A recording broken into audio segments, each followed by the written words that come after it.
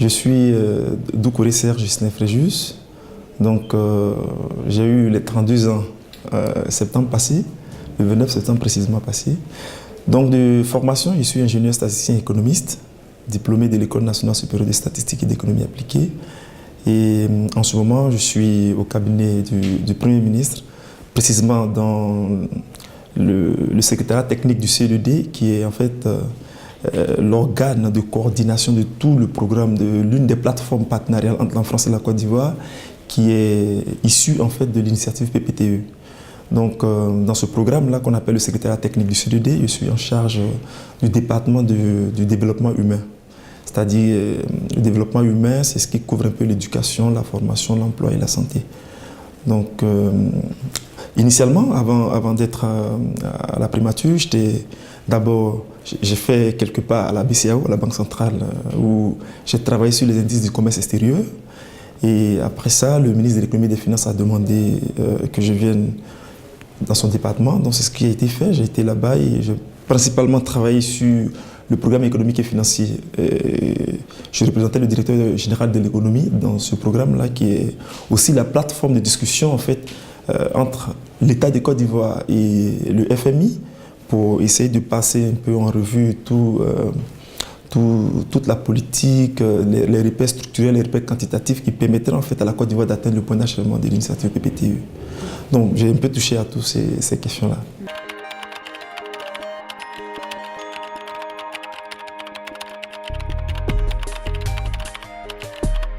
Bon, honnêtement, ce programme, je ne le connaissais pas auparavant. J'ai eu un ami qui m'avait informé qu'il y a une mission en fait, du GMIF qui voudrait venir en Côte d'Ivoire. Et j'ai eu l'honneur en fait, de recevoir cette mission-là et je les ai aidés à avoir tous les rendez-vous qu'ils devraient. On a échangé pendant longtemps. Donc ce que j'ai noté quand même, c'est que c'était une plateforme qui réunissait en fait, d'explications que j'ai eues en fait, de la mission du GMIF. C'est-à-dire que c'était une plateforme qui réunissait tous les jeunes leaders, emerging leaders, pour discuter, en fait, pour échanger, pour communier. En fait. Donc j'ai pensé que cette plateforme-là allait être vraiment intéressante pour moi-même d'abord. Donc raison formelle pour laquelle j'ai postulé. Voilà. Donc je vais peut-être glisser en même temps sur la deuxième question.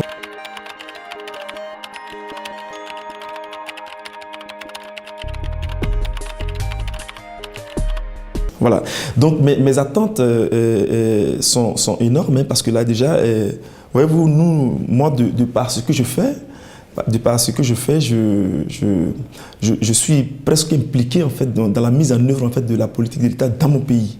Donc il y a des questions comme des réformes dans mon pays et l'idée c'est de voir comment est-ce que d'autres personnes ou bien d'autres pays mettent en œuvre ces réformes-là, notamment par exemple sur le secteur de l'éducation, où nous travaillons sur une importante réforme qu'on appelle les collèges de proximité, c'est-à-dire que au vu d'un certain nombre de constats que nous avons faits dans le système éducatif ivoirien. On a un problème de régulation des flux. Donc l'idée c'est de voir comment dans d'autres pays, autres que les nôtres, comment ces programmes-là se font. Ou bien en d'autres termes, comment est-ce qu'on arrive à créer en fait des synergies entre ces jeunes leaders autres que moi, pour voir comment est-ce qu'on puisse améliorer les choses en fait, qui se font au niveau du pays. Donc, bref, je veux dire que de ce programme, j'attends beaucoup, et de par ce que j'ai fait déjà à travers la formation sur le leadership, qui a réveillé en moi tout le leadership qui sommeille en moi. Désormais, je peux vous assurer que je suis plus un leader émergent, mais un leader accompli. Parce qu'on a eu une très grande formation sur le leadership. J'ai eu l'occasion de rencontrer des sommités comme Aminata Touré du Sénégal, l'ancien président Olusegun Obasanjo du Nigeria. Donc, toutes ces personnalités même venues de tout le monde entier qui nous enseignent les rudiments, comment devenir un leader, eux-mêmes, leur propre expérience. Comment est-ce qu'ils ont éveillé le leadership en eux. Et je pense que ces expériences palpables qu'on peut toucher du doigt nous ont été vraiment d'un atout incontournable dans ce programme.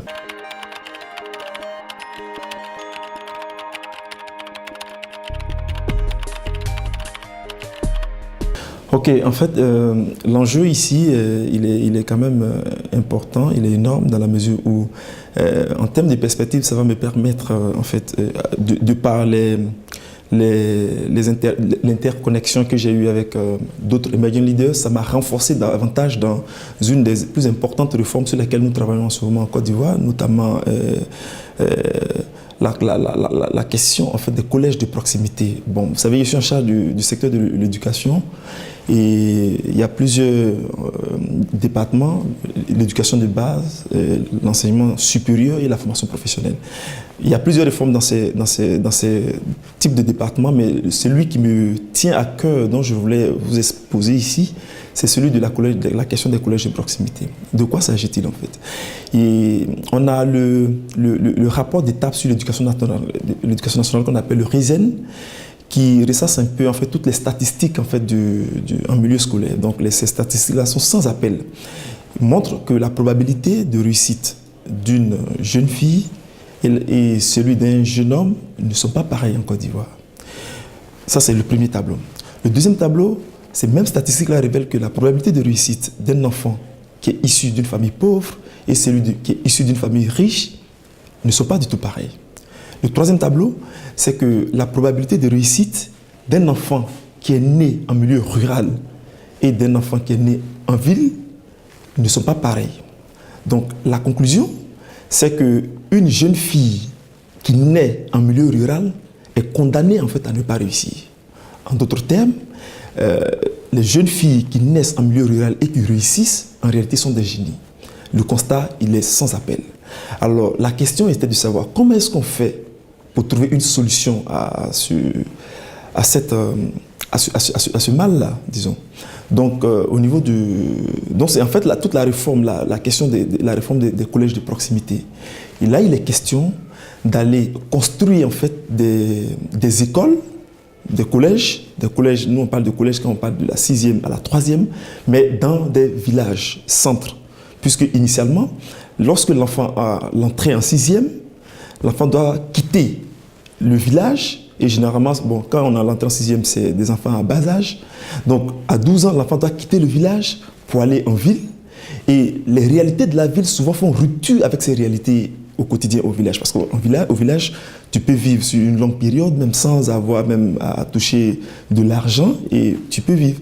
Mais en ville, tu as absolument besoin que tu aies de l'argent au quotidien. Sinon, tu ne peux pas vivre. Donc, imaginez-vous qu'un enfant qui quitte un milieu rural, qui se rend en ville, et généralement, c'est défavorable pour les jeunes filles parce que le premier qui lui miroite une pièce, automatiquement, elle est vraiment, je veux dire, elle est une proie facile en fait.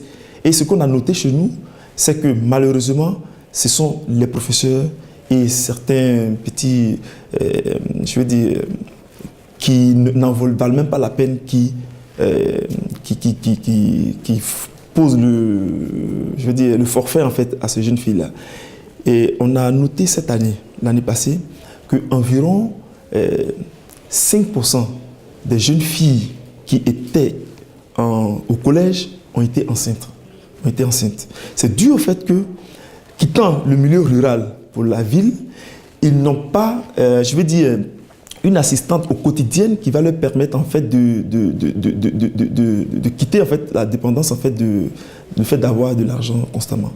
Donc, pour nous, la réforme que nous apportons, c'est de créer ces collèges-là dans des villages-centres.